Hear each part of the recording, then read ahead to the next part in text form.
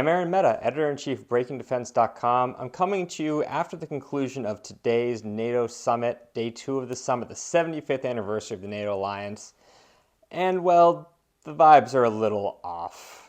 Look, it was kind of impossible to notice throughout the entire summit the emphasis that people were putting on, from Secretary General Jens Stoltenberg down to the individual leaders, on, hey, we're paying our share, hey, we are spending money, we're investing more, hey, we're promised that we're going to be spending more in the future. In some cases, we saw a lot of pressure on Canada, for example, to announce plans to eventually spend more.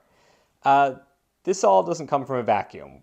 The reality is, given the political climate in Washington right now, especially the political situation involving President Biden, there's a lot of coming to accept that former President Donald Trump may end up back in the White House in November. At this point, it has to be considered likely back in the White House come November. That's not particularly welcome news among many of the European capitals. We may remember, of course, President Trump was kind of antagonistic towards NATO for a good chunk of his time in office, and has continued to make statements about the war in Ukraine, about finding peace with Russia, about the need for the NATO states to be paying more still. That's made a lot of people in NATO nervous, and now they're have to come to grips with the fact that, hey, this might actually be the guy who's president for the next 4 years. There were a lot of reports about leaders making pilgrimage to the Heritage Foundation, which is a Trump-associated think tank here, and with meeting with Trump campaign-associated folks to kind of talk about the alliance. And the messaging that you saw throughout the last 2 days was very much about, we're doing more, we know we have to do more, we promise we're doing more.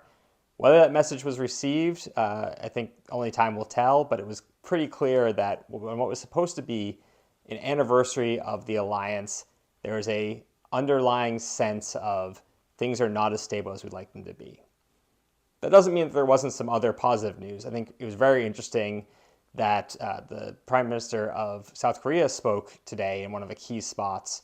Obviously not a NATO member, but a Pacific ally, one of the 4 Pacific nations that were invited to come to the NATO summit, took part in a lot of the high-level meetings that happened. We heard at the communique, the final kind of statement out of the NATO alliance, there was a pushback on China and North Korea, specifically the pushback on China. Secretary General Jens Stoltenberg cast that as a major political move by the NATO allies to push back against China's support for the war in Ukraine, although it notably did not come with any promises of teeth to that threat in terms of sanctions or economic impacts that could come from the NATO nations towards Beijing. Another aspect, we saw a number of trilateral small agreements. The US, Canada, Finland are working on a new agreement called ICE Pact, focused on icebreakers. Details are still a little thin on that, but notably Finland and Canada are 2 of the countries that produce the most icebreakers in the world. Finland in particular likes to say that it designs 80%, produces 60% of icebreakers globally. That's an economic fight too, because China is trying to get into that game, is producing their own system. So this is a tool to potentially get nations to side with the NATO alliance as opposed to China, economically at least. Another aspect, several countries in Europe have announced they're going to develop a new long-range cruise missile. Again, details are scant, but it's Germany, Italy, Poland, and France. And that's the type of weapon that we've certainly seen have big impact in Ukraine as it's tried to strike deeper into Russian-held territory.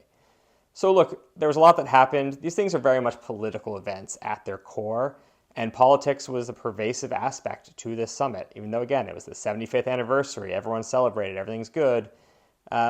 There's some interesting tensions that can be heard throughout the summit. Thank you guys for following along. We've put up, I think, over 25 stories just in the last couple of days about the summit and associated with it. A lot of great coverage from our team. I encourage everyone to go check that out at BreakingDefense.com. I'm Aaron Mehta. Thanks for watching.